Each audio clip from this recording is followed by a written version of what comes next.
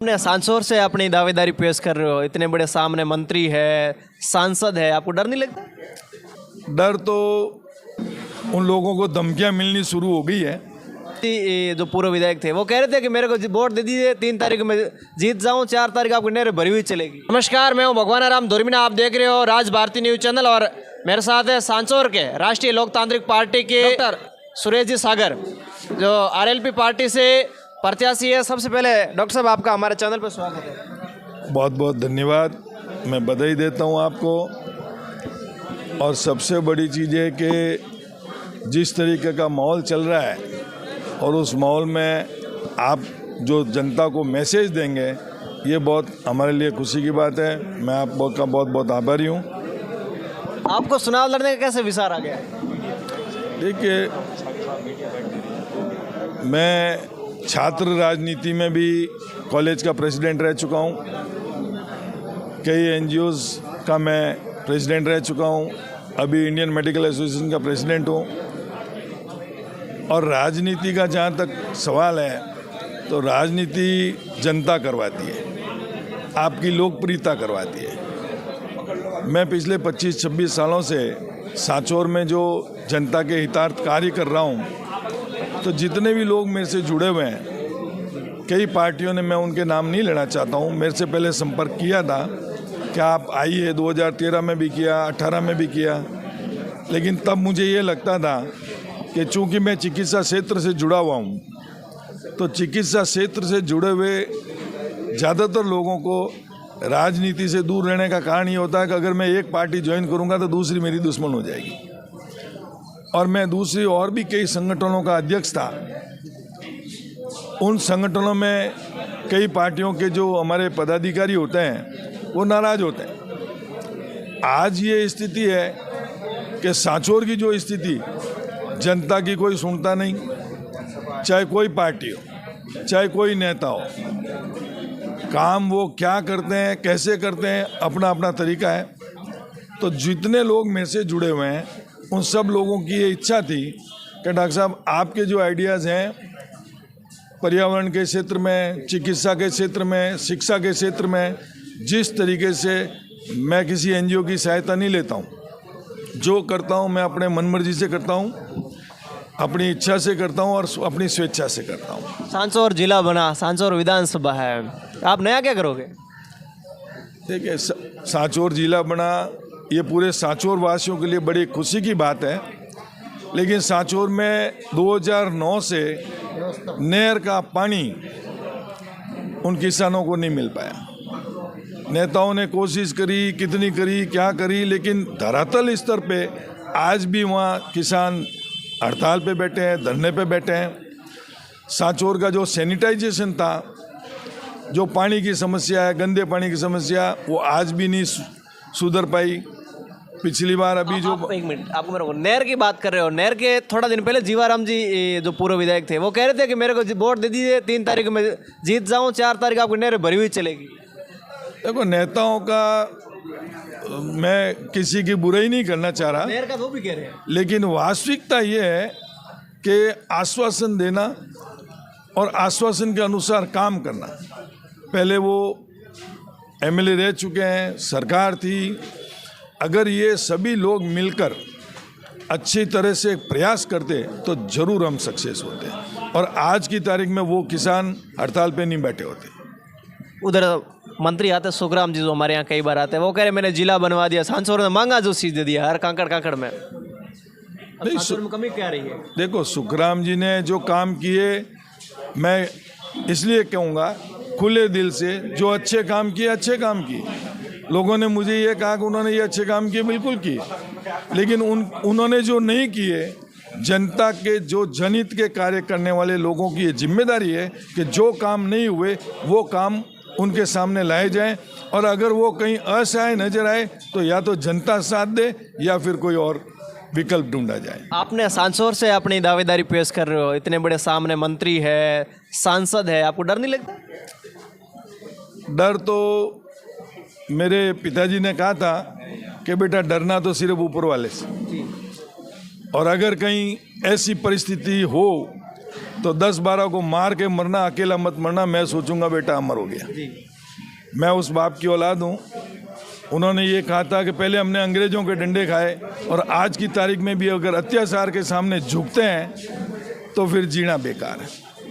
Sanchore heavy के ऊपर है, जहाँ 68 नंबर के है, तो फिर आने जाने का रास्ता बड़ा कठिन है। रास्ता कठिन है। कई अब मेरे साथी अभी जो मेरे साथ हैं, जिन्होंने भरपूर सहयोग किया और जो मेरे साथ हैं, उन लोगों को धमकियां मिलनी शुरू हो गई है। डायरेक्टली इनडायरेक्टली सभी लोग ये चाहते हैं कि मैं इस राजनीतिक क्षेत्र में नहीं आऊं। अगर मैं कमज़ोर हूं तो मेरे से डर किस बात का? मेरे जो साथ रह रहे हैं लोग, उनको धमकी किस बात की? ये राजनीतिक फंडे होते हैं। मैं उन धमकियों को हाथ जोड़ के जवाब दूंगा। अगर जनता चाहती है कि वास्तव में चैन, अमन चैन हो, सुख शांति हो और विकास हो सांचौर का, तो सांचौर की जनता से मैं निवेदन करूंगा, एक बार मुझे मौका देके देखें और बदलाव देखें, क्या बदलाव हो सकता है। सांचौर में रास्ता पड़ता मारवाड़ से चित्तौड़ जाने का, उस रास्ते को रोकोगे कैसे अगर आप एमएलए बन गए तो? देखिए, ये अभी सांचौर में इस वक्त सबसे बड़ी समस्या है नशा की। इस नशा प्रवृत्ति के लिए हम कैंप लगाते हैं, लेकिन उन कैंप में बहुत कम संख्या आती है। मेरी तरफ से मैं हमेशा चिकित्सा के क्षेत्र में, जब सांचौर में कोई सुविधाएं नहीं थी, आज पूरे जालोर के आसपास, बाड़मेर, जालोर, जैसलमेर, वहाँ से मरीज आते हैं और सांचौर आज मेडिकल हब बना है। 25-26 साल की हमारी मेहनत, कोई डॉक्टर यहाँ नहीं आना चाहता था। मेरा जी जानता है मैंने उन डॉक्टर्स को कैसे संभाल के रखा है, कैसे उनको प्रोटेक्शन दिया है। आज इस बात की खुशी है कि वो सांचौर इतना विकास कर चुका है। सभी लोग मेरे पे विश्वास करते हैं। हमारा चिकित्सक संघ जो राजस्थान और भारत का है, इंडियन मेडिकल एसोसिएशन, उनकी तरफ से मैं अभी एग्जीक्यूटिव मेंबर हूँ, जो राजस्थान का सबसे पहला मैं निर्विरोध चुना गया हूँ। तो चिकित्सक समुदाय में एक बात थी कि कोई हमारी बात रखने वाला आगे जाए। सांचौर में आपका इतना बड़ा नाम है, आपको तो कोई भी पार्टी वहाँ पहुँचाने आ जाती है, आपको टिकट दी, आप यहाँ ऐसे पार्टियों के ऐसे कार्यालय में इंतजार कैसे? नहीं, इंतजार की बात नहीं। मैं चूँकि राजनीतिक उस परिवेश से नहीं आता हूँ, तो हमें जो ऊंच नीच की गणित है उससे हम दूर हैं। लेकिन जो चैनल था, वास्तव में मैंने ये गलती करी कि मैं डायरेक्ट आया। डायरेक्ट इसलिए आया कि मेरा इंतज़ार जब ख़त्म हुआ, जिन लोगों ने मुझे आश्वासन दिया और उन लोगों ने जब धोखा किया, तब मैं यहाँ डायरेक्ट आया। किसने धोखा, किसने किया? नाम बता दीजिए, याद स्पष्ट कह दीजिए, उनके लिए कह दीजिए ऐसा कुछ। नहीं, ऐसा नहीं, क्योंकि वो लोग, जो लोग सुन रहे हैं, उन लोगों को पता है कि वास्तविकता क्या है। सांचौर की जनता को कहीं कहना चाहो तो?